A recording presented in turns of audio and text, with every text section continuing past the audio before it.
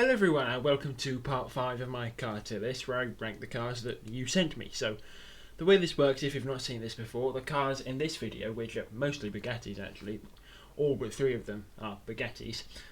But yeah, the cars in this video were taken from the comments in the last video, and if you want to see some cars in the next video, just put it in the comments and I'll add it, unless of course it's already here. But yes, let's start with our first car, which is one of the 3 not Bugattis, the Porsche Cayenne Turbo. Now the comment didn't specify which one, so I've just gone with the first generation. Now, the Cayenne Turbo, I think it is a very, very, very ugly car, and I really don't like it. But I find myself not being as harsh with it as a lot of other SUVs, mostly because of the fact that they actually saved Porsche, because without it, Porsche would be dead. They were nearing bankruptcy. I mean, maybe they wouldn't be dead because they were quite a prestigious marque, so it probably would have been bought by someone else, but Porsche, as we know it, they were saved by the Cayenne, so I can't hate on it too much, and the Turbo is one of the better models. My favourite is the GTS, if I have a favourite, then the Turbo S, then this, so it's like the third best, even though it's not a brilliant car. But honestly, despite its hideousness, I can't be too harsh on it. Let's put it at the top of bad. I mean, I say I'm not being too harsh on it, but I'm still putting it low because I don't like it, above the Ram TRX. Anyway, next car, a Bugatti, but one that you've probably never heard of. It's the Chiron, but not this Chiron. It's the 18/4 Chiron. Now, this was a concept for Bugatti's new hypercar that Ferdinand Piech. I'm probably butchering that name because I do that quite frequently. But yes, this was the concept for the hypercar that he wanted to build to relaunch Bugatti and to sort of give the VW group the prestige of having the fastest car in the world. Now, it's not a pretty looking thing. It definitely appears to be something that's not finalised for production. It's definitely like an early design prototype looking thing, which would render it relatively low down on the list, especially as it's not actually been performance tested or anything, because mostly it doesn't have a working engine.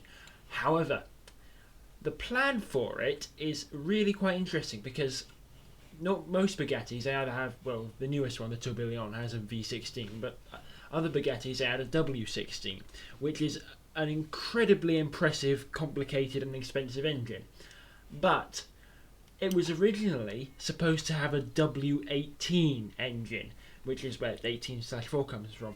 But not even the might of the VW group could justify spending that amount of money to try and get it to work, so they downgraded it to only a W16. But that just makes it so very interesting, because there's no such thing as a V18 car, let alone a W18 car, and that's just, I mean, I suppose there technically still isn't because they never made it, but I don't know. That just makes this thing seem really special to me. And I'm going to put it at the top of cool, below these cars that actually work, but I don't know, mind you, the idea of it. I'm going to put it in between the Forester STI and the Impala. Wait, is it? No, it isn't Impala. Anyway, honestly, I get the Chevy muscle cars confused, like Nova, Impala, so on. But yes, next car, the actual production Bugatti Chiron, which when it first came out I preferred the Veyron, which is, despite how many people say the Veyron is ugly, I don't get what they're talking about, but yes, this has definitely grown on me quite a lot, and I think in its base form I don't quite prefer it to the Veyron, but maybe as a super sport, yes, that I do prefer the Chiron Super Sport to the Veyron, which is something I never thought I'd really say, because I'm stuck in the 90s and 2000s as far as my tastes in cars are concerned. But yes, this goes up here in Dream Car, and I think I'm going to put it above this Rolls Royce and below the Porsche 911 GT198, because whilst a base Chiron, it wasn't the fastest car in the world anymore, it was just an absolutely incredible machine still. It was more like a hyper Grand Tourer than anything.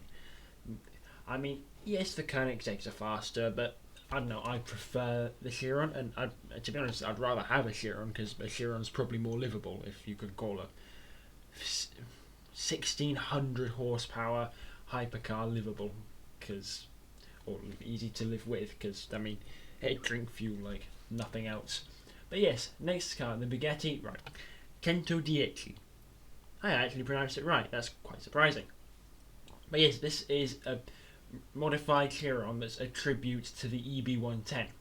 And I don't know, I think they spoiled it a bit because I actually prefer the original EB110 to this. And I don't know, it doesn't look quite as great as the Chiron, and it's actually not as fast, and it's not really had that many other changes to the Chiron itself. So it just ends up being a worse version of it. And yeah, I'm really not a fan of the way it looks compared to the Chiron, but it's still a good looking car. I think putting it with the AMG one is a fair place to put it, because the AMG one is also a hypercar that I found relatively disappointing. I mean, it's still a near enough F1 engine hypercar, but I don't know, I feel like it should have been more, and it came out a bit late, so yeah. Besides, I've said this before and I'll say it again, I'm a bit disillusioned with modern hypercars at the moment, because, I don't know, they just seem all a bit samey, and there's not really much fun to them anymore, so yes. Our next car is the Aston Martin Signet. Now, if you're wondering why this even exists, the story about it was, in the I think 2010 it was, the European Union made a law so that all manufacturers had to reduce their overall emissions, or else they'd be slapped with heavy fines. Now, Aston Martin, not wanting to be slapped with said heavy fines and not wanting to spoil its brilliant sports cars and Grand Tourers, they rung up Toyota and said, hey, can we have some Toyota IQs? They got some, and then they put an Aston Martin grille on the front, coated the interior in some expensive leather, and then charged you £30,000 for it. It wasn't changed from the IQ in any other way. The Toyota IQ was under £10,000. That had a purpose of being a cheap city car.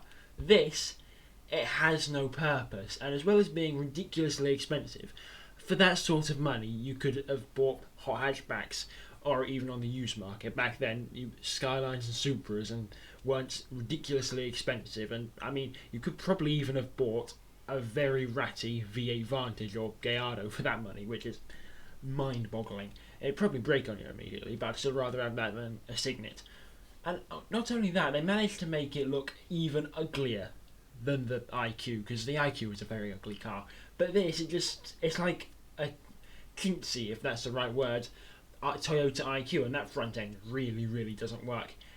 In fact, something almost unrelated, but if you put a Ford badge on it and told me it was a Ford from that era, I probably would believe you, because Ford at that time, they were sort of copying Aston Martin's grille. I'm surprised they really didn't get sued for it. I mean, the most obvious example there is the Mondeo, that almost looks like an Aston Martin saloon at a quick glance, a very quick glance, but still the resemblance is there. But this is an absolutely disgusting car. I think it's only fair to put it... I'm going to put it below these boring SUVs, because not only is it boring to drive, it's also ugly to look at and ridiculously expensive. I mean, weirdly, I think they're still roughly holding their value on the used market, because people are just tasteless. And I mean, yes, they didn't make very many of them, it's rare, yeah, whatever. There are plenty of other rare cars that you can get for less money, or just better cars. I mean, you could get 3 Vauxhall Calibra Turbo 4x4s for 30 grand. Or you could have an Aston Martin Signet. I know which one I'd choose. I mean, I wouldn't buy 3 Calibra Turbo 4x4s, that would be foolish. I'd buy one, because I only want one and I really like those cars. But that's completely unrelated and I'm getting sidetracked, so let's move on to our next car, which is the Bugatti Divo, which is basically a track car version of the Chiron. It's not as fast in a straight line, but it's designed to go around corners and demolish tracks very, very quickly, and it achieves that. Although unfortunately almost none of them have probably done that, because they ended up sitting all in air-cooled garages, because I believe they only sold the Divo to people who already had a Chiron. So yeah, it didn't really have much of a chance of turning a wheel in anger, except maybe in some road tests, and again, that's a massive shame. Now, I don't quite refer it to the Chiron, but I think it's still an incredible machine and worthy of being just below it. Next car, Bugatti EB110. This is the original EB110, the GT. Although I often find myself thinking there was an EB110 before that wasn't called the GT, but I believe that's wrong. I mean, you can correct me if I'm wrong there, but yeah, I think the GT is the original one. There's a GT, then the SS, and then there was the Dower EB110 and the B Engineering Adonis, but those are two completely unrelated cars. But yes, okay, they're not completely unrelated, that was me talking rubbish, but the B Engineering is about as far away as you can get from an EB110 without being an EB110. Or sorry, without not being an EB110. But yes, I'm rambling away. For the car itself, now I think it looks strange, but in a good way. I mean, it's definitely got some odd shapes about it. Like, I think the roof is a bit small, and I don't actually mind the front end. I don't know, I think it's very gloriously 90s, and honestly, I'd take it, like I said earlier, I'd take it over the Cento Dieci, and I would actually put it above the Audi RS6. I mean, it was a very, very flawed car. It wasn't built very well because it was built by a little Italian outfit, really.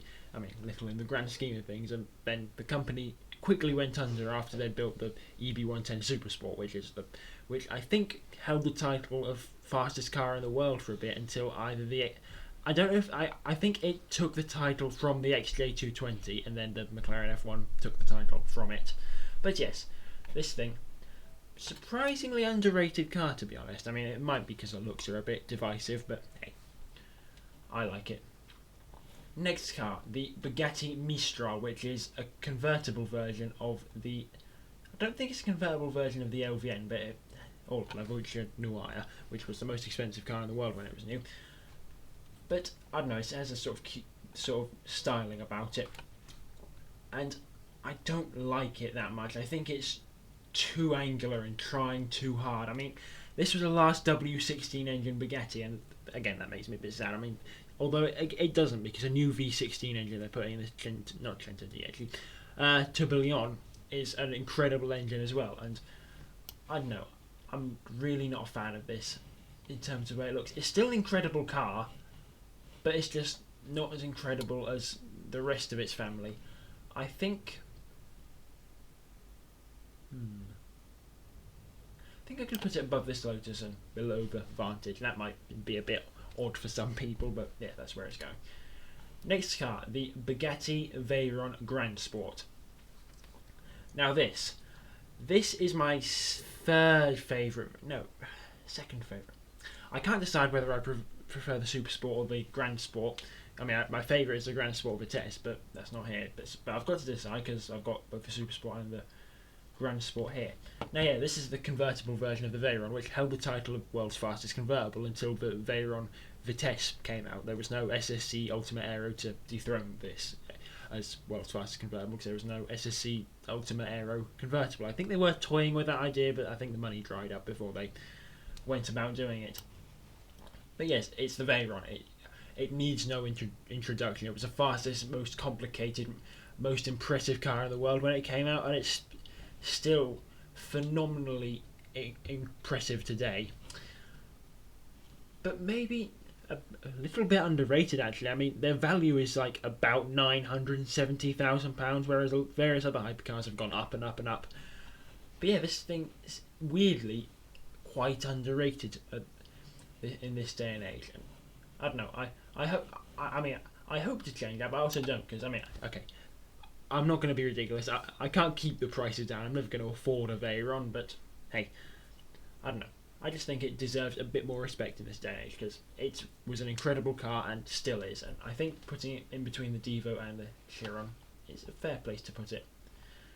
Next car, the Veyron Supersport. Now, this came about because I think they were going to make it anyway, but when the Veyron held the fastest car in the world record for top speed, an American outfit called SSC built a car called the Ultimate Aero TT, which actually beat it by a few miles an hour. And I think just before that there was another tuning company called 9FF that built a heavily tuned Porsche 911 that I think might have actually counted as its own separate car in the same way roofs do, that beat the Veyron by 1 mile an hour, but that's not on the list, so I'm not going to talk about that. Neither is the SSC, but yeah. But the SSC, yes, that beat the Veyron, so that's sort of, I suspect that must have spurred Bugatti on to make the Supersport so they could take their record back especially considering the fact that after this came out, SSC tried again to beat the record, but this time with little success. And they were going to make faster cars. I mean, in more recent times, I've been making the Tuatara. Now pronounce that poorly again. But I don't know, that's been mired in controversy because they faked one of their records, and I've not heard much about it since, which is a shame because I really quite liked that car because it was originally unveiled in about 2013, I think, and then it went quiet, and then it sort of came back from the dead like 10 years later. But yeah, it's not really got anywhere so far. I mean, I hope it does make it. I don't, even if it doesn't break the record, I hope they can at least get it out properly. But hey, you never know with these hypercar companies, especially ones that haven't got big manufacturer backing like Bugatti has. I mean, Bugatti isn't owned by the VW group anymore. It's owned by Mate Rimac and Rimac, but who is an absolutely brilliant CEO. He's probably the best automotive CEO in the business because he's a true car enthusiast, and I tip my hat off to him for all the work he's done for making all of these incredible cars and sort of trying to bring both electric cars and combustion engine cars under one banner, still making both of them, making them both incredibly exciting. It's just great work, Mate. Now, the Super Sport itself, because I've got a little bit sidetracked, again, fastest car in the world when it was new. I prefer it to the Veyron Grand Sport, I've decided, and it's just like, it looks really quite brilliant. I don't know what people are thinking when they say the Veyron's ugly, but that black and, well, carbon really, and orange, it just suits it so well. And honestly, I think I'm actually going to put it above the Chiron, because I said I prefer the Chiron to the Veyron. I've changed my mind again because I'm stuck in the 2000s and early 2010s. But yes, next car, the Bugatti Vision Gran Turismo. Now, as you might have guessed by the name, this is a car designed for Gran Turismo, because if you're unfamiliar, there's a Gran Turismo, they do a Vision GT program where they team up with actual manufacturers and make cars that are exclusively for Gran Turismo. For the most part, some of them have built models in real life or even slightly working vehicles. I mean, there was the GT by Citroen, which started it off, and that was definitely drivable. I don't know if it reached its actual performance specs. But yes, the Vision Gran Turismo, as you can quite plainly see, it previewed the Chiron. But I think it's not a pretty sight, and it doesn't really run. I mean, this is probably going to be the lowest ranking Bugatti on the list because, I don't know, unlike the W18 Chiron, it doesn't have that claim to fame being that special thing, and I don't know, I just think it doesn't look that great. I think I'm going to put it at the top of cool, and that might be really low for some people, but that's where I'm putting it. And if you've not seen me before, yeah, my car opinion's very strange, is what most people will say, and I would say that too, but hey, I'm not changing them. I mean, I do change, I do chop and change stuff constantly, but yes. Next car, the Bugatti 16C Galiber, which is a concept. It's basically a Veyron saloon, and it is absolutely hideous. I don't think it was shown to the public for a while after they made it, but you can see why. I mean, the side profile is probably the best angle of it. The back is absolutely disgusting, and the front isn't much better. And this was probably their attempt to go. I mean, the Italian iteration of Bugatti actually made a few saloon concepts, and before the Veyron, the VW Group iteration of Bugatti actually made a saloon car concept as well. But this was probably a more genuine attempt at making a ultra luxury saloon, which sort of harked back to the original Bugatti when they were making things like that, most notably the Bugatti Royale, which was the most expensive car in the world when it was new, and which they launched it, unfortunately, during the Great Depression. I mean, they weren't planning for that, but yeah, about the worst timing in the world. It was supposed to be the car of kings, but not because of the Depression. Not even kings or queens could really justify spending their money on it. Some of them probably couldn't even afford it. But yes, it's absolutely hideous, and I don't think it runs either, which adds another point. Well, not in its favour, but yes. I mean, the chrome paint, I don't like it either. I mean, I'm being very harsh on this, but that's for a reason. Honestly, I think it goes down here in bad, because no, it's not as ugly as the Cayenne, but yeah, this is the lowest place Bugatti on the list just because of how ugly it is. Like, I cannot stress to you how bad I think it is, especially compared to all of their other models, even the Mistral, which I'm not that much of a fan of in its appearance, and even the Vision GT. Yeah, it's nowhere near those two. It's just really, really hideous. Next car. This is a car I'd actually never heard of before doing research for this tier list. It's the Bugatti 252, and it was the final car to come from the original French iteration of Bugatti. I suppose VW Group, the newest one, they call it French, but it's not really French, but it is more of a German and now Croatian company. But yes. Now, it was a little lightweight sports car. It was designed to sort of compete with various British lightweight sports cars like Austin Healey's and MGs and the like. Now, it was offered to various companies and investors to inject some money into the project and start it up again. That never really happened, and that's a bit of a shame, really, because I think it's quite a handsome-looking car. Although, also, it's probably a good thing, because otherwise we'd never have had the Bugatti we have today, and would never have got things like the Veyron or even the EB110. So it's a bit sad this never made production, but at the end of the day, I think it's worth it for what we got. But for the car itself, that's not what I meant to do. But for the car itself, I think putting it just below this MGA would work, because I don't, from what people say when they drive it, it's not quite as good as contemporary MGs and Austins and the like, but I don't know.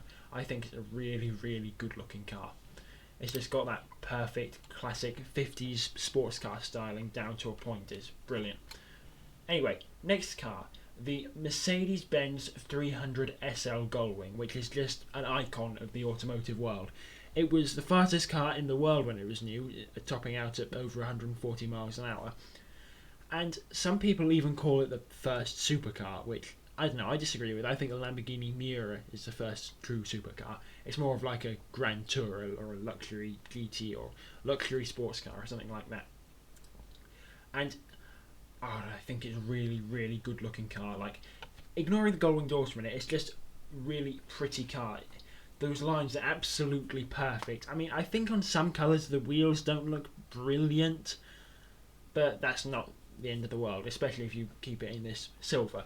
And then you've got the Gullwing doors to top it off, which was sort of the car's selling point. It's like showstopper piece, if you will.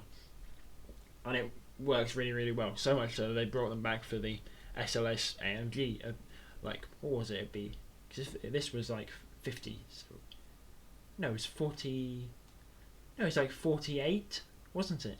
So yeah, that'd be like 60, 70 years later. So yes, I mean, it took a while for them to do it, and on the SLS they had to actually put bombs in the doors, because you'd actually get, in this, if it rolled over, you'd actually get trapped in it.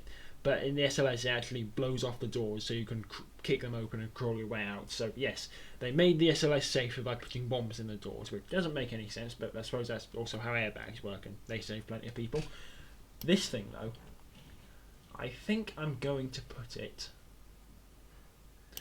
above the Devo, but below these Bugattis and the Porsche 911 and GT1.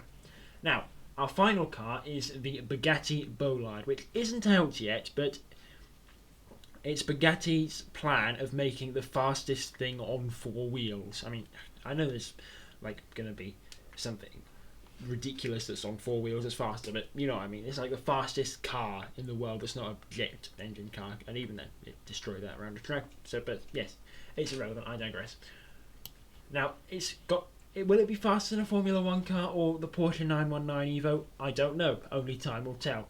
But for now, just the idea of it is absolutely brilliant. And look at it. It looks so angry and aggressive. And usually I don't like cars looking so angry. I prefer more elegant cars. But for this, it really, really works. And I like what they did with the headlights. Like how they put tape on classic racing cars' headlights, and then they did them like that. I don't know, I think that's just a really cool little extra detail. And I think I'm going to put the Bolide above the Chiron, actually. I've never really thought about how much I like it over the other Bugattis, but yes, I'm actually going to put it above the Chiron, but below the Veyron Supersport. But yes, this is the tier list as it stands. What do you think of where I put the cars? Do you want to speak to me about them, argue with me about it, or just suggest some new cars for the next episode of Tier List, put it on in the comments. I try to respond to every comment. And yes, hopefully you've had a great day or night or evening or whatever you're having, wherever you are. I'll see you next time. Goodbye.